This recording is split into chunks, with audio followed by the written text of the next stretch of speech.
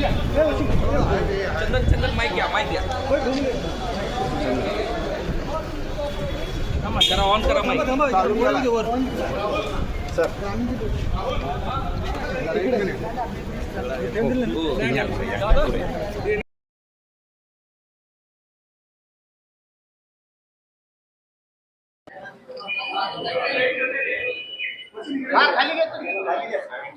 भाजपची पश्चिम महाराष्ट्राची बैठक आहे, किती महत्वाची वाटते? लोकसभेला आपण बॅकफुटला होतो 2024ला, 29च्या दृष्टीने तयारी असणार आहे ही.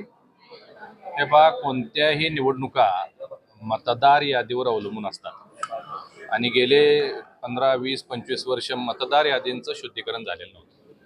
निवडणूक आयोगाच्या आदेशानुसार SIR स्पेशल इंटेन्सिव्ह रिव्हिजन सध्या देशभर सुरू आहे.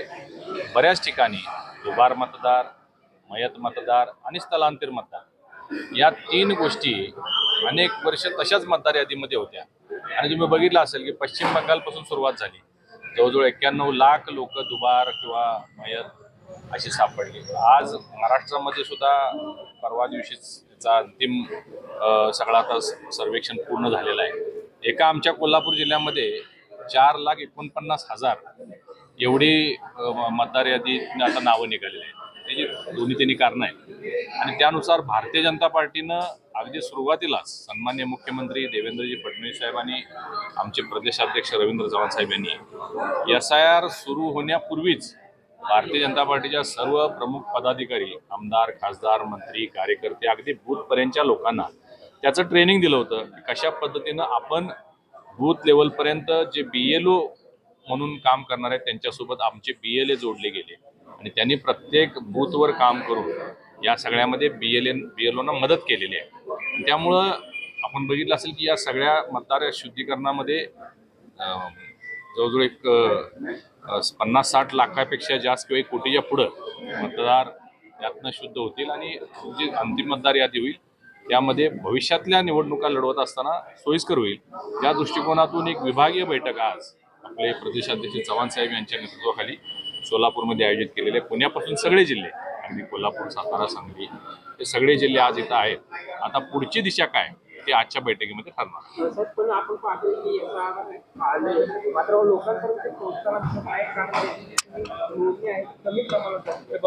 लोकांच्या मध्ये थोडीशी उदासीनता या कारणामुळे आहे की आलेले लोक किंवा शासकीय अधिकारी ज्यावेळी फॉर्म देऊन जातात, 1 वेळा, 2 वेळा, 3 वेळा ते अधिकारी त्यांच्या घरी जातात, परंतु काही ना काही कारणात मी घरामध्ये नाही आहे किंवा उद्या या असं सांगणं, ह्याच्यामुळं थोडंसं काही गोष्टी प्रलंबित आहेत.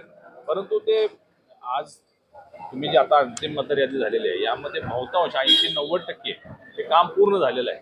त्यामुळे तशी चिंता करण्याची आवश्यकता नाही आहे. 2029च्या दृष्टीने हे फायदेशीर ठरेल. निश्चितच ज्या पद्धतीनं वेस्ट बेंगालच्या निवडणुकीमध्ये आपण निकाल झालेला बघितला त्या पद्धतीनं सगळीकडेच या चुकीच्या मतदारांचा आधार घेत काही लोक निवडून येत होते. आता तसं होणार नाही. आता जे मतदार आहेत तेच तिथं राहतील आणि तेच मतदान करतील आणि मला वाटते भारतीय जनता पार्टी आणि आमच्या NDAसाठी निश्चित त्याचा खूप मोठा लाभ. पदवीधर आणि शिक्षक मतदारसंघाच्या निवडणुका येत आहेत, त्याची चर्चा होईल याच्यामध्ये. आज मला नाही वाटत पदवीधर आणि याची चर्चा होईल. कदाचित प्रदेशाध्यक्षांनी आयत्या वेळच्या अजेंडामध्ये घेतलं तर काय सांगता येणार नाही. परंतु आज त्याची सुद्धा नोंदणी मोठ्या प्रमाणात सुरू आहे. भारतीय जनता पार्टीचे या 4-5 जिल्ह्यातले आमचे पदाधिकारी त्यामध्ये काम करत आहेत. दोन्ही शिक्षक आणि पदवीधर दोन्हीचे मतदार नोंदणी मोठ्या प्रमाणात झालेले आहे. त्यामध्ये जास्तीचा हिस्सा जो आहे तो आमचा आहे. ऑपरेशन लोटस परत चर्चेला येणार आहे. हे बघा, हे संघटनेची बैठक आहे, ही सतत चाललेली प्रक्रिया आहे. आज सुद्धा बैठकीमध्ये काही लोक जर येऊन इथं प्रवेश केले तर तुम्हाला आश्चर्य वाटू नये. पण आपण पाहतोय की पश्चिम महाराष्ट्र हा राष्ट्रवादी काँग्रेसचा ओळखला जात होता. आता तुम्ही सांगा, आज आमच्या कोल्हापूर जिल्ह्यामध्ये कधीही भारतीय जनता पार्टीचा एकही नगरसेवक निवडून येत नव्हता, एकही जिल्हा परिषद सदस्य निवडून येत नव्हता. आज सगळे आमची सत्ता आहे. 2 महापालिका आहेत, कोल्हापूर, इचलकरंजी. दोन्हीकडे महापौर आमचे झाले, दोन्हीकडे स्टँडिंग चेअरमन आमचे झालेले आहेत. जिल्हा परिषदमध्ये आमची सत्ता आलेली आहे. आता सोलापूरमध्ये म्हणजे काहीच शिल्लक नाही आहे. सोलापूरमध्ये महापालिका, जिल्हा परिषद, पंचायत समित्या सांगली जिल्ह्यामध्ये 50% जास्त आम्ही आता तिथं आम्हाला यश मिळालेलं आहे. त्यामुळं पूर्वी हा बालेकिल्ला निश्चित होता. आता ती परिस्थिती राहिलेली नाही. आता सगळे मोठ्या प्रमाणात लोक भारतीय जनता पार्टी आणि आमच्या माहितीसोबत आलेले आहेत. जयंत पाटलांबद्दल जी उलटसुलट चर्चा सारख्या चालतायत, काय नेमकं त्या पक्षाच्या बैठकीलाही जात नाहीत, फडणवीस साहेबांची भेट घेतात, काय आहे का तुमच्या भागात? या या संदर्भात मला काय कल्पना नाही. थँक्यू. धन्यवाद. येस.